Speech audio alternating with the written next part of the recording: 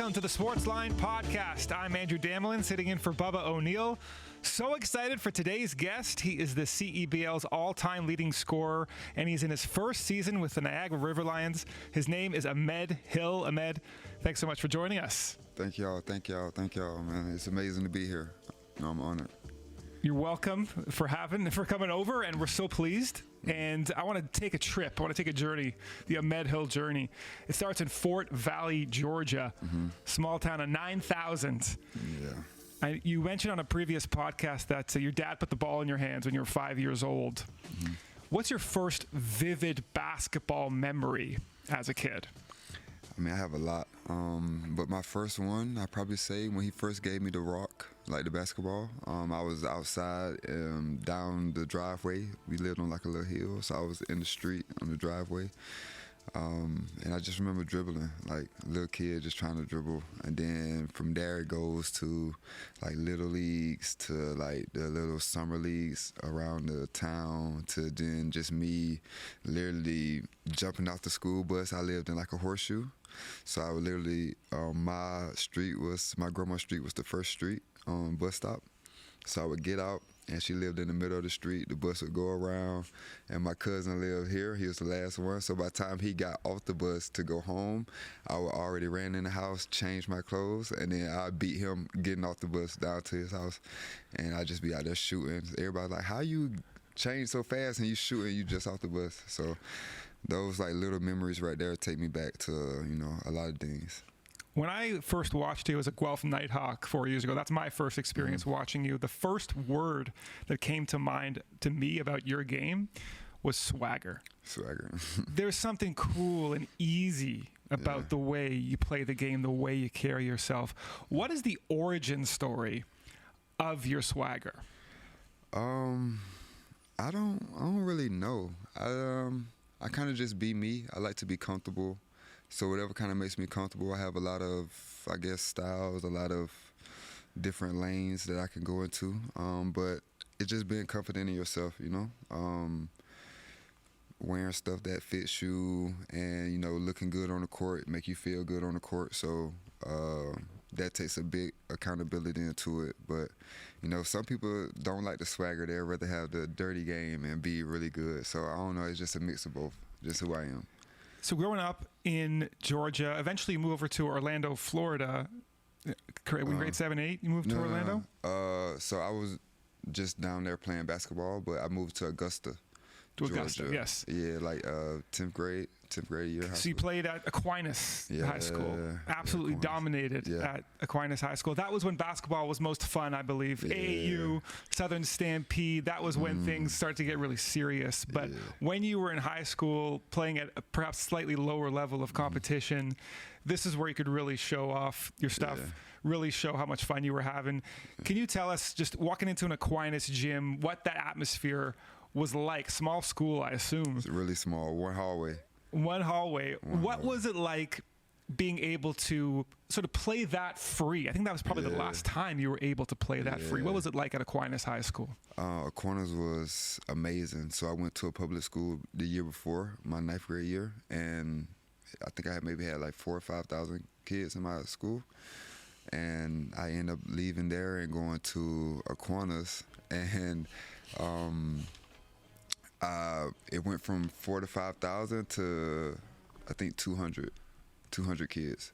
So that was definitely a change. I had to wear polos and khakis, but I went there, knowing that I needed to go there for education and be able to qualify for college and things like that. So I went in there with a mindset of just going out here, and basketball is going to take care of itself, but my main thing right now is just getting grades, So the basketball was just an outlet from, I guess, frustration of me in school and like studying long hours, taking 2 to 3 extra courses a day, like just little things like that, so I can like become better and make sure that I have no slippage when it's time for me to make the next step. So you dominate in Aquinas. You also dominate on the AAU circuit. Yeah. You were teammates with Grayson Allen? Yeah, teammates with Grayson. So he was obviously a very highly touted recruit. Yeah. He went off to Duke. But Was there still ever an underestimation of Grayson, or people wanted to go at him because of his appearance, if you know what I'm saying? Yeah. And how much pleasure did it give you to like be alongside him to try to show people like, okay, this guy's got it. Yeah. Nah, so Grayson came, he's from Florida, so he ended up coming to play an AAU tournament with us. I think maybe 2 or 3 on the EYBL circuit. And great kid, great guy. Wonderful, quiet, very chill. And I remember we played a game. We played against Rashad Vaughn, I believe. I forgot where we was, maybe Minnesota or something. But me and him have a great game. Rashad Vaughn have a great game as well. And right after, he get a call, a text from Duke. And he like, he was asking like a couple guys, like, should I do it? We was like, what? Like, don't let them come to me with that offer. It'll be a wrap. I don't even got to ask no questions. But, like, yeah, he was a hard worker, always in the gym, like, always quiet, always to himself, but great guy. So he gets the offer to the biggest, most famous program, perhaps. But you got your fair share of offers as well. You got offers from Indiana, Texas, Florida, Florida State, Georgia Tech, Marquette, UConn, Kansas. You said UNC and Louisville were also interested in you. I imagine this recruiting process, I mean, it starts when you're, 14 years old, something like that. Yeah. I have no idea how I would handle something like that when you're getting that much attention. Can you, first of all, I'm not sure if you listen to Ryan Russillo's podcasts. He asks people their favorite, funniest recruiting stories. Is there one that comes to mind that you can think of about perhaps a coach, maybe it's an assistant or a funny on one of your visits? I got one from Buzz, my guy.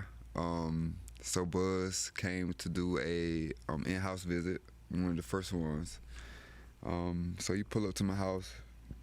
We got like a little house, and we stayed like on I won't say like his house is next to us and stuff, but across the street from me, I had like a house with a mini like pond or whatever, and they had like 2 donkeys, like crazy. Yeah, it's crazy. And then next to it was like a church, but it was made like a kind of like a warehouse, but it was a church. And my mom, me sometimes would go walk across the church. My mom would go all the time. So Buzz came, I think it may have been on a Sunday or something, and they was doing something at the church, and he walked in, and he said, it's a church across the street. She's like, yeah, that's where I go. He like, you want to go right now? And I'm sitting there like, this supposed to happen? It was like, my mom was like, you serious? And he was like, yeah, like, let's go to church. And I'm like, no way I'm about to go to church on my visit, yo. So that was just a crazy experience. And on my visits, I took one visit. I took a lot of unofficials, but I took one official to Marquette. And great time, a lot of great guys. Funny story from that. I don't know if I got a funny story other than Buzz telling me it got to be now or I don't know. And like I wanted to go, I was like, I got Kansas. I got to go visit Kansas next week. And he was like, nah, if you go to Kansas, you're not coming. So you got to either sign here before you leave or I got to go somewhere else. And I was like, you my guy, so I got to go with you. Yeah, you mentioned Coach Buzz is your guy. Yeah, my guy. You said you wanted to go to a school. You mentioned in an interview with Anthony Island, your teammate from Poland, that you wanted to go somewhere where you could find a father figure. Why was that important to you? Because I spent most of my childhood, my teenage years, just me and my mom. So I just wanted to have a better understanding of, what being a man looks like, the business side of how a man handles things, like just things like that. I don't get close to a lot of people, so once, I seen how him and my mom interacted, it allowed me to get closer to him and, just want to learn from him. So it was never about basketball with him. It was always just about the feeling like he would come down, see my mom, not even see me. So that showed me a lot of, the kind of character he is. And that's kind of something I want to do, like look up to. If I was to ever coach or anything like that, like I want the person to, feel a special way. And not just me doing something for them, but like maybe people close to them and things like that, just out of the kindness of my heart. And I could tell that he was a genuine guy. So And he made such an impression on you that he left Marquette in 2014 where you had committed to go for 2015. Yeah. And you followed him to Virginia Tech. Yeah, no visit. You just followed the coach along. Yeah, he called me. Actually, I was on my way to prom. It was about to be my birthday in like 2 days. And he called me and was like, I just want to be the first to tell you that I'm leaving Marquette. I'm going to Virginia Tech. I would love to have you. I understand if this is kind of crazy, and this is March. My senior year, I had committed my 11th grade year, so it was a little strange to me.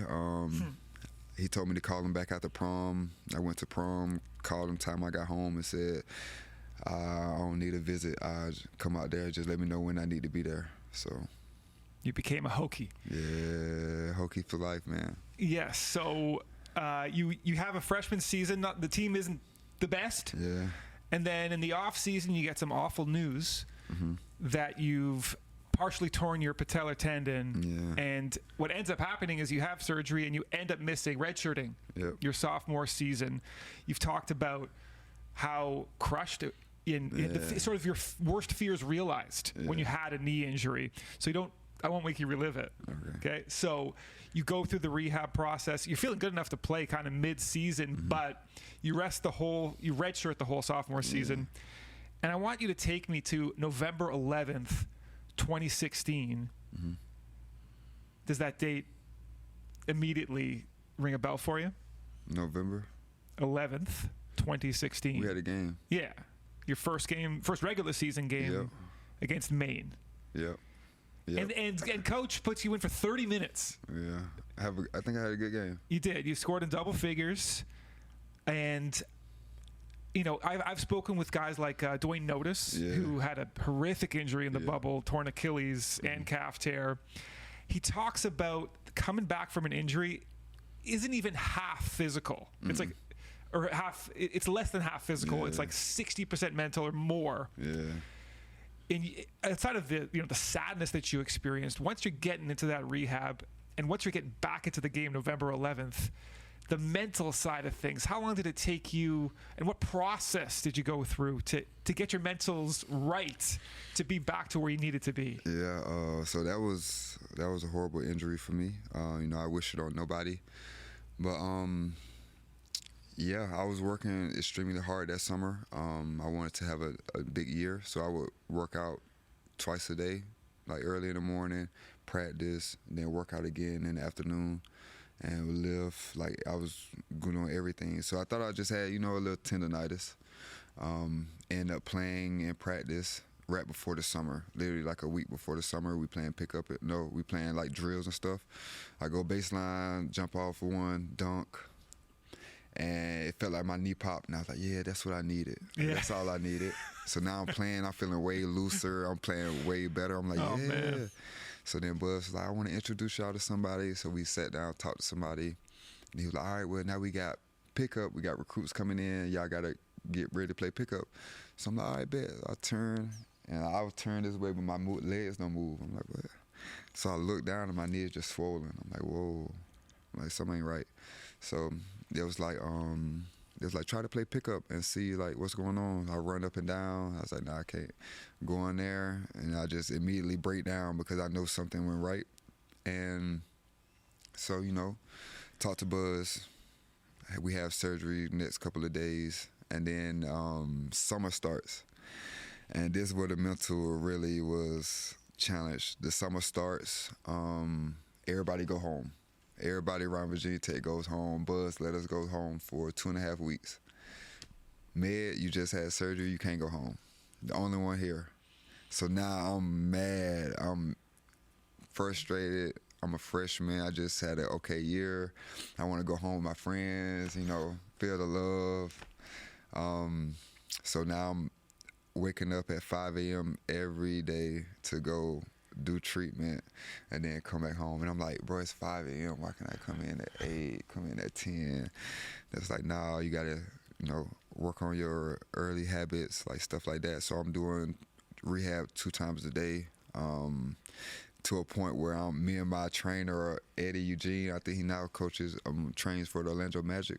But me and him getting into it, I say, nah, I can't use you. I gotta need another physio, like, cause we working out so much, and it's just so much. Like we spent so much time together.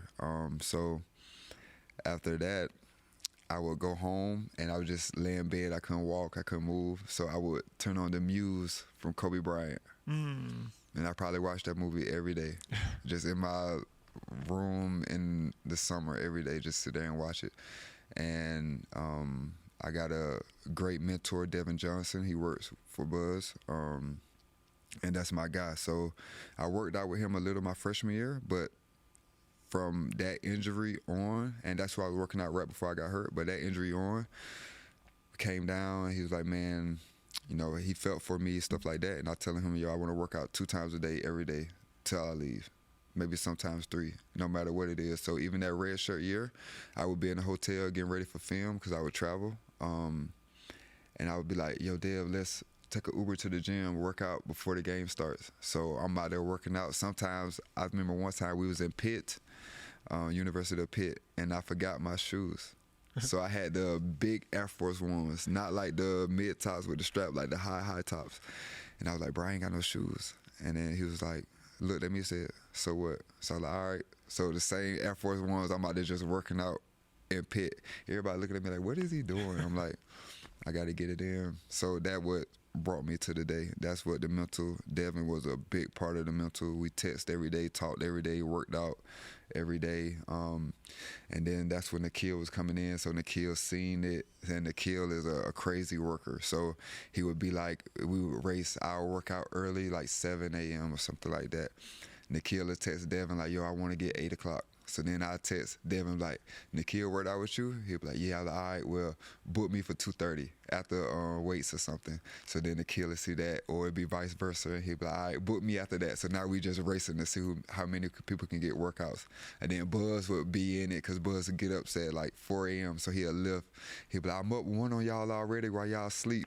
And that's when I really learned, like, to get up early and stuff like that. Because of him, he would come in at 4 a.m., lift, do everything. And I would come in at 8, and he'll be like, I'm up 1. And I'm like, well, I'm about to get my workout in now. He's like, I worked out 5 hours ago. I might work out again now. And then I was like, okay, well, then I'm going to work out again at 6 p.m. He was like, well, I can do something else at 6, and then I'm really 3, and you only got 2, and your body's not recovering as fast as mine. So that's when I learned about the whole waking up early, getting work done, like, throughout the day, and not trying to wake up and just put together a whole bunch of stuff and think that's what it is. Like, that's going to be equivalent to working efficiently, working productively, not just working for the sake of working or not knowing how to work. And so it seems like you started enjoying. Yeah, I enjoyed the process. Yeah, I enjoyed the process. It's not just the games, it's that off-season grind that no one really sees that you find joy in. And I came back early too. I came back like dunking, I think 16 weeks or something like that. Left 16 weeks, like windmilling, like all kind of dunks, no hesitation, jumping higher than I was actually. Just the biggest mental was just if I would be as athletic as I was, but I was more athletic. I worked on my shot that whole time off, so my shooting was better. So I really came back a whole new person. I could have came back in December. We had a player, Chris Cart, great player. We had a player, him, and he ended up getting injured. So we was down a man, and I'm thinking, I'm like, yes, it's my turn. Buzz gonna bring me back now. Buzz brought me in his office, said, Med, we just lost Chris, probably our best player, all around our best player, best athlete. And he looked at me and said, and I'm not dressing you out. And I said, huh? He said, I'm not. He said, just because I want to win a couple of games and stuff like that, I won't risk your career like that. So, and that's why I always respect him, for sure. Yeah, sometimes other people need to protect you from themselves. Because I wanted to play. I'm sure you did. I mean, you're itching to get back. You get back for your third year at Virginia Tech, and each year it gets better and better. You get to the Sweet 16 in your final season. You get to the NCAA tournament in the previous 2 as well. Your first, I think, Virginia Tech's first Sweet 16 appearance since like the 60s or something like that. You win the first 2 rounds, like I say, and you meet Duke. in the third round. We know about what happened in the Duke game. Again, I'm not going to make you relive the memories. I'll tell the hard part of the story, and then I never like having guests repeat stories they've told on previous podcasts, but there's just one story that you told on this podcast to listen to a few years ago that gave me chills. So I'll tell the bad part of the story, okay? So you're facing Duke in the Sweet 16. You're down by 2 with 1.1 seconds left. You're already hitting your head right now. That was a difficult layup you missed, okay? So you run this incredible baseline out of bounds play to get you an alley-oop layup that you miss. You're fading away from the bucket. I know you want to make it 100 times out of 100. That was difficult. You got a lot of scrutiny for that. You got a lot of adversity that you dealt with for that. Okay, so that was difficult. You don't have to tell that part of the story. The part of the story I do want you to tell us about is you're in summer camp with the Brooklyn Nets, and you are still getting reminded all the time about that missed shot. And there was a coach that did something in practice to really make you address it and conquer it. Can you tell the listeners and viewers what that coach did and what happened? Yeah, that was a crazy game by Duke. I just want to say that. Craziest game of my life. But we in Vegas, we was practicing before the game, before any game. We had training camp in Brooklyn and stuff. So now we in Vegas practicing. I think it's our last practice before we play the next day. And the ball goes out of bounds. I'm having a good practice. Ball goes out of bounds. And I'm like the undrafted guy, you know, I get a little love. I get a lot of playing time and stuff like that. So he runs up a play, draws up a play. Same exact play that Buzz drew up. Same exact play. And I'm looking like, wow. And he looked at me and said, "You gonna face your fears today?" And I said, "Yeah." He said, "All right." And what's crazy is if you go back and look at any Virginia Tech games, we ran that same play all the time, and it worked every time. And sometimes I even dunked the ball. Like, I even catch a lob, but it's the other side.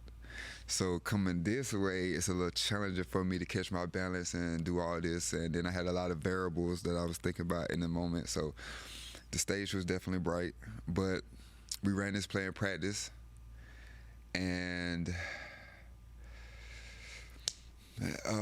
they actually didn't throw the lob because the lob wasn't available. They threw a bounce pass, but I was going for the lob. So as the bounce pass was coming, I was kind of already jumping. I had to catch it while I was jumping and like do a difficult finish over like a couple people. And after, I felt really better, and I actually looked at him when I made it, and he looked at me and like shook his head. So that was something that I definitely needed. It wasn't as big as the lights was in the Sweet 16 or anything like that, but that was something that kind of hunted me that short period of time in my career, for sure.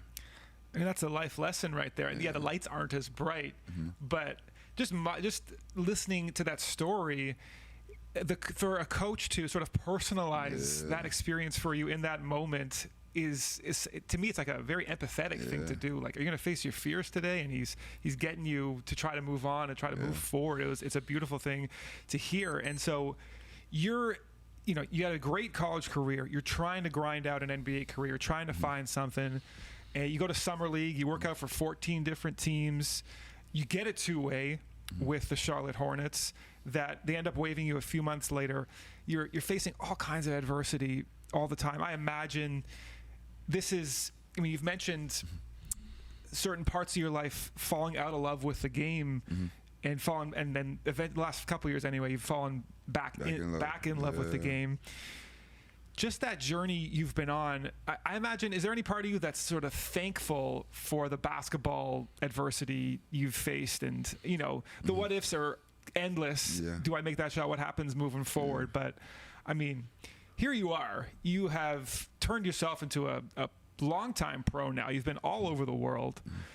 You ever thank, I don't know if you're a religious person, but are you ever thankful for the adversity you've gone through? Oh, yeah, most definitely. I think that's who I am. And you talked earlier about the swagger. That's kind of the swagger I kind of wear as well.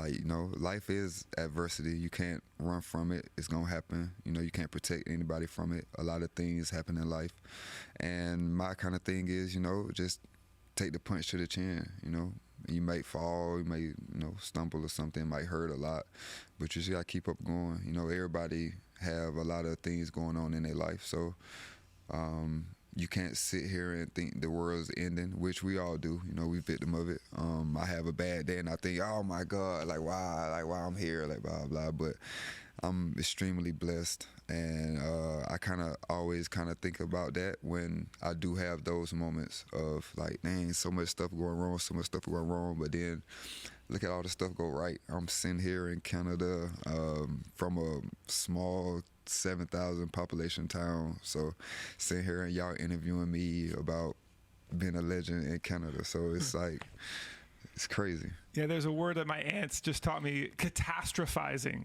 Catastrophizing. It's when you think the world's coming down on you, and that's something that, you know, we all do, like you said, but you've risen above. And so that's the basketball perspective, and you're wearing a shirt right now. You got other hobbies. You're wearing a shirt that says Hollywood Hill on it. It's your nickname. You've always been into drawing, into art. What's the inspiration behind this piece you're wearing? So this piece is the Hollywood Hill Volume 2. Last year I dropped my Hollywood Hill Volume 1.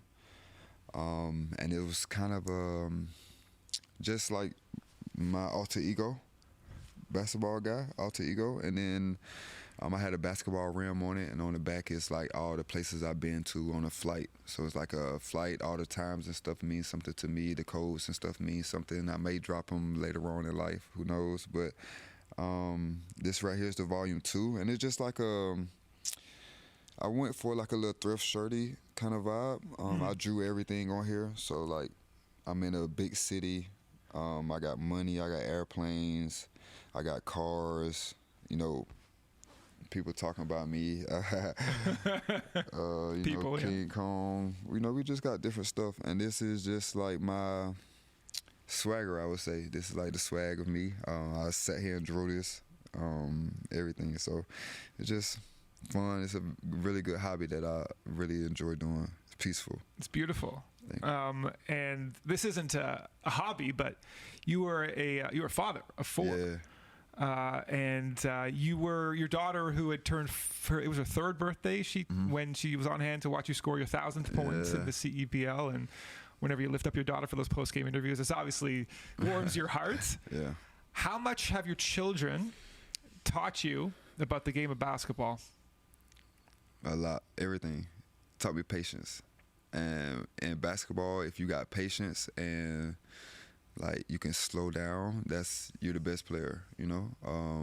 James Harden, LeBron, they so talented IQ wise and everything that they just play in slow motion. So a lot of kids and stuff, you know, when you look at a guy, he just flowing, it just means like he's slowing down. And if you see somebody out there just running real fast, that means he's so much going on. So they help me with patience of just slowing down, taking time to sit there and think, and be me, you know. They love me for who I am, love that feel like I've been needing in my life. So I wouldn't be here without them for sure. That patience aspect. I talked to Trayvon Duval a few years ago about learning the patience of the game, and he said the same thing. Like he was in a rush initially, and that's how he improved as well. And you make a perfect segue into, you know, you feeling it this season for the River Lions, because we got a little pack of your season high, 26 points just about a week ago, and you did it in a variety of ways, and it's all. To my eye anyway, it's all under control. It's nothing's rushed. You got a bit of a reaction after your tip dunk, but if we could roll that clip of that game, if you could just take us through this game against the Honey Badgers, how you scored in a variety of ways. So I went the first half, and I think I had just one layup. So second half, I came off the bench, and I just wanted to be aggressive, you know. So right on cue. Yeah, I just wanted to be aggressive. So the first shot I took went in. I think I took another one and it went in. So after that, I'm like, man, I'm just rolling at this point. That's my favorite bucket right there. Patience. Right there. You stood still for just a second, then hit that fadeaway. Now you're flying to the rim. Yeah. See, now I'm in a good role now. And then shout out to Eddie for finding me. I had actually told Joseph, the guy who I'm hugging right now, we came down the first trip, and I was like, you want me to end it? And he was like, yeah, end it for me. He was talking to his friend. So I'm like, all right, I got you. So then I think Brampton, we didn't score, and then Brampton went down, and Quindary scored a 3 to make them 1 point away, and I think we are 2 points away. So we taking out the ball, and as we taking out the ball, walking down, I said, you said you want me to hit it, right? He was like, yeah, like, make it, come on, let's win. I said, all right, when I get the ball right here, we about to win. If I touch it, it's going up. So he was like, all right. So when I end up shooting, and I'm about to go walk to the bench to celebrate, and I just thought about Jeff. So I turned around, and he was just, So yeah, it was crazy. That's poetic. And it's so funny, that last shot, I asked Trayvon Duval about a head fake, escape dribble, 3 as the patience, and that was the exact shot. Yeah. These little nuances of the game. Yeah. Like I'm still learning them myself. I've never considered myself like an X's and O technical guy, but getting to know the coaches in the CEBL. I'm not sure how much time you've spent with Ryan Schmidt, who coached the Honey Badgers before, but certainly Charles Kissy, your head coach in Guelph. We commentated our first game together a few days ago, and I was just happy to not talk and have him teach me the game. And he's hilarious. He's sneaky. Funny. Like, your experience, 2 seasons, right, with Guelph under him. Yeah.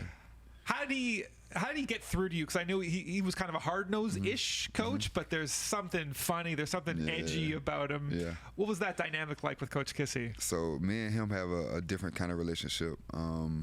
So when I met Charles Kissy, I was falling out the love of the game because my mom had just passed, and she was the reason why I hooped, So once that happened, he called me, and I think I had just finished in a G League bubble, which was not my best. I was going through a lot, and there was a lot of isolation, so it was really not good for me, my mental.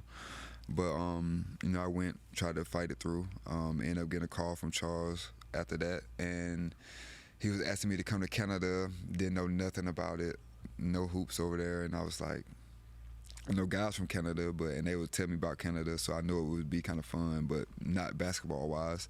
But he just telling me how he just want me to come and just be me, like play. He know that I have certain roles in the past, but he wants me to just come and like be the man for him. So, I took the opportunity to just go learn how to play with the ball, learn how to have my own patience. In college, I was never a guy who always had the ball. So coming over here, he said he would give me an opportunity to play with the ball a lot. So I wanted to, see where I was at with it. And actually, he's the one who made me fall back in love with playing basketball. He gave me the joy of going out competing, winning, being happy, going out competing, losing, being sad, then back, like finding the balance of everything, putting in the work of, grinding and working out and things like that, and then seeing the fruits of your labor. So, I always have a special place for him, for sure. That's awesome. Yeah. Coach Kissy, I had a great time with him for my couple of hours. He was like a really cool guy, and I'm glad he had that impact on you. Yeah. And I'm glad the CEBL was kind of the impetus to get you back in love with the game. Since then, you've been all around the world. You've been to Poland, Greece, Israel, Germany, if I'm correct. Probably other places, Turkey as well. So you've been everywhere. I'm sure. Did you ever imagine? I'm not sure if you ever imagined, going this far around the world. But I had one question for you. Is there ever a time that you've been, I don't know, in some remote part of Poland, for example, on the bus? I don't know if the bus broke down or something like that. You ever look around and you ever ask yourself, what am I doing here? Yeah, for sure. You've been in a lot of different places, a lot of crazy spots, different foods, different cultures, people just living different. I never thought I would leave Fort Valley, honestly. And I mean, I knew I had work ethic when I was younger. I would do like just weird stuff like run miles in strength shoes and stuff like that, like play basketball all day, but I never really thought the long-term goal of it. I just was having fun, and that's when you really having fun in basketball with not you thinking about the future and what it can do for you, but just enjoying the moment. So when I travel and be on a bus in Poland driving 5 hours to a game, it's like, wow, like I'm all the way in Poland. It's 10-hour difference. I'm eating stuff that people don't even know about. I'm calling my family and it's like, yo, what the buildings look like what the architecture look like, what, and then so it's just like, it's crazy to see that can take you to China and back in a couple of hours, and just for a game, you know, it can do so much for you. And you're still on this journey. You said you want to play this game until you can't play it anymore. You just turned 30. You are in a good spot, too, on the River Lions. You've clinched your spot in the national semifinals, trying to iron things out, I think, before you get there. You're continuing on. And listen, Ahmed, we just really appreciate the time you've taken to come into Hamilton, to talk to us, to share your story. We wish you the best of luck for the rest of this season and for wherever the rest of your career takes you. No, thank y'all so much, man. It's an honor. Canada always have a special place in my heart, and that's why, you know, every summer I'm out here. I love it out here. Great vibes, great food, great basketball, and everything just getting better. You know, every year I'm out here, I have a better year than the year before. So, and that's just with meeting people, just doing things business-wise. So, yeah, man. Thank y'all for having me. It's an honor. I love this. Appreciate you. That's Ahmed Hill. And that is your Sportsline podcast for the day. If you know an athlete, team, or event to promote, we want to hear from you. Smash those like and subscribe buttons and comment if you have something to say. For everyone that makes the Sportsline podcast possible, thank you. And we will see you next time.